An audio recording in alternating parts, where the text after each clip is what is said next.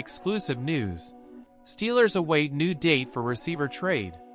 The Pittsburgh Steelers are eyeing a significant move, but will have to wait a bit longer.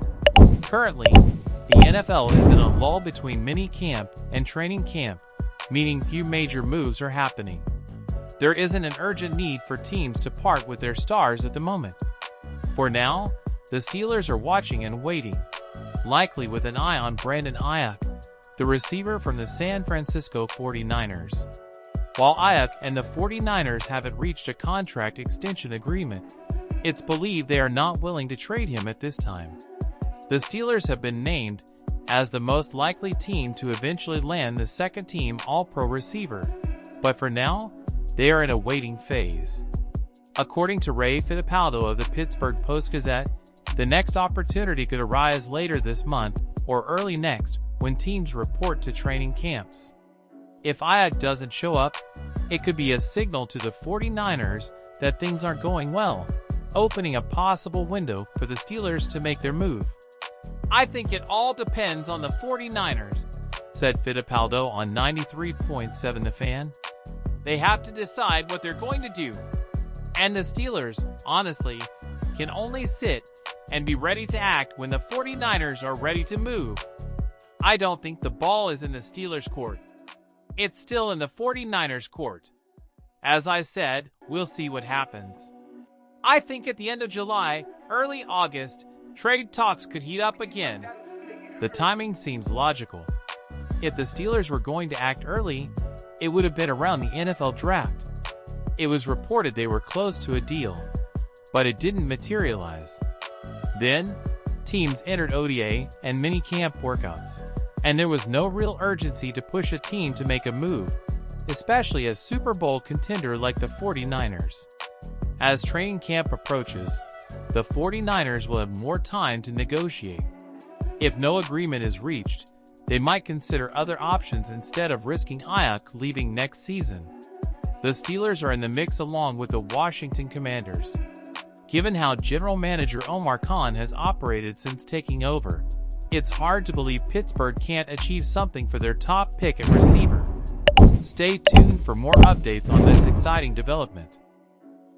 Alright, ladies and gentlemen, welcome back to the channel. We're talking about the Pittsburgh Steelers. Now, while this offseason has been highlighted by dudes like Russell Wilson, Justin Fields, Patrick Queen, rightfully so with Mr. Patrick Queen, one thing that hasn't been talked about too much is the Pittsburgh Steelers draft ability. Not only this past season, but especially this season. I know that might have sounded a little confusing, but you get my point here. Joey Porter Jr., Broderick Jones, Keanu Benton, Darnell Washington, Nick Herbig. We look at this year, Troy Fautanu, Zach Frazier, Roman Wilson, Peyton Wilson, Mason McCormick.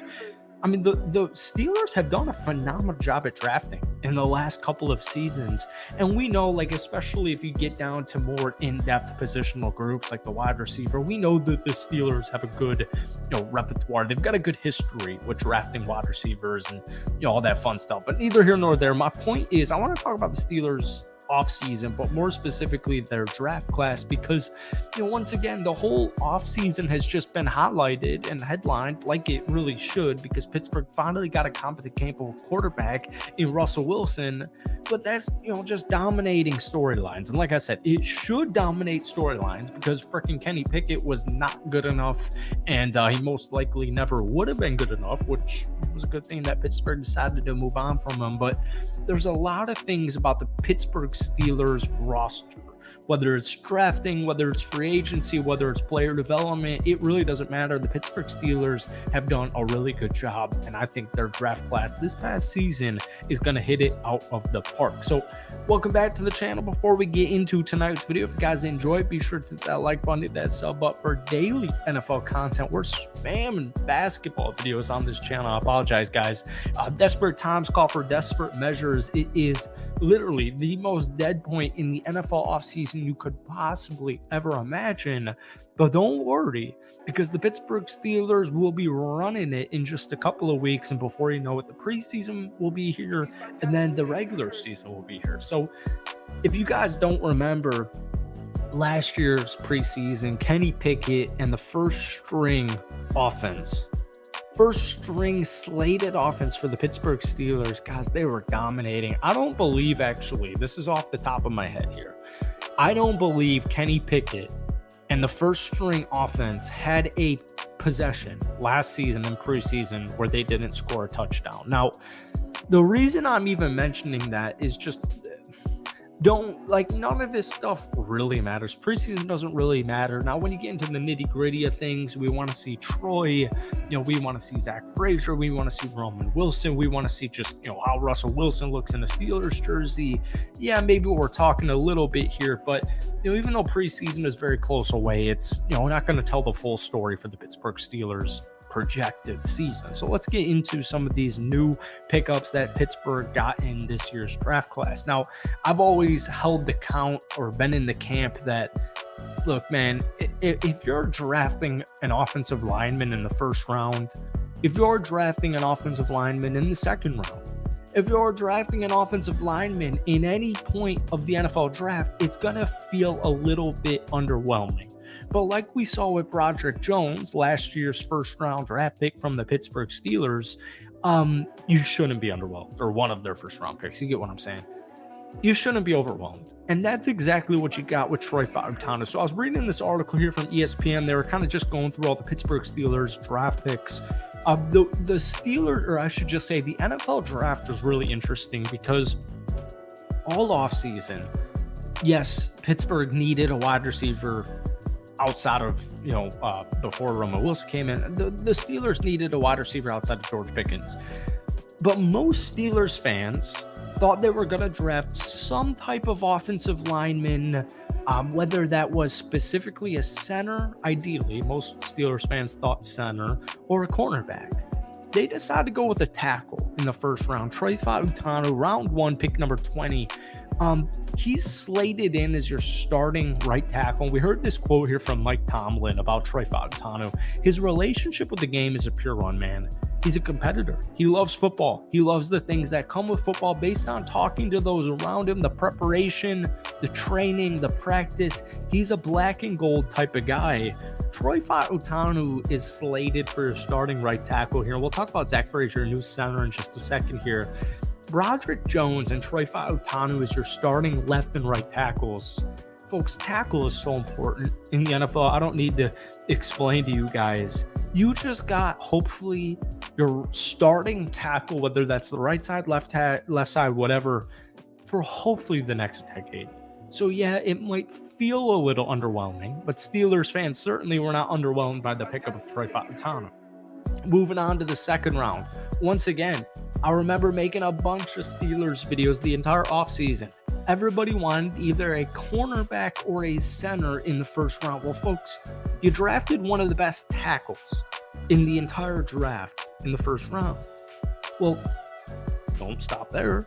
In the second round, pick 51, you got one of the best centers in the NFL draft in Zach Frazier out of West Virginia. He impressed the Steelers with his consistency, his work ethic. He was a 4-year starter over at West Virginia. He's going to step in right away over Mason Cole as a brand new starting center. Zach Frazier was a 2-time All-American. He is the second offensive lineman drafted by the Steelers this year and the third taken by the team in the first 2 rounds of the past 2 drafts. So it's clear the Pittsburgh Steelers are focused on building up that offensive line for the short and long term, but especially the long term. And then we've got round 3, pick number 84, Roman Wilson, wide receiver out of Michigan. I'll be honest, I'll keep it a buck here. When Pittsburgh traded away Deontay Johnson, I understand it, right? Final year of his contract, coming off a down season, he was injured a little bit. It didn't make much sense. And it didn't have anything to do with what they got back, a cornerback out of the Carolina Panthers, but I was just kind of confused. Why would you trade one of your best wide receivers on your team here? And then a couple of months later, in round 3, they draft Roman Wilson, a wide receiver out of Michigan. He can block, Michigan had a run-heavy scheme last season. Roman Wilson can block. It's something he's going to be asked to do frequently under Arthur Smith's new system, your brand new offensive coordinator. Unfortunately, we're running out of time here. Let's just get into round 3, number 898 from Philadelphia, thanks to Kenny Pickett. Peyton Wilson, linebacker at NC State. Is funny because we're about to wrap up this video. The whole point of my video here was to kind of hype up Peyton Wilson. Speedy defender. You picked up Patrick Queen in free agency. The past 2 seasons, he's had 4 picks, a pick 6, 221 total tackles. The only reason he fell to the 3rd round was because he had 2 torn ACLs and a shoulder surgery.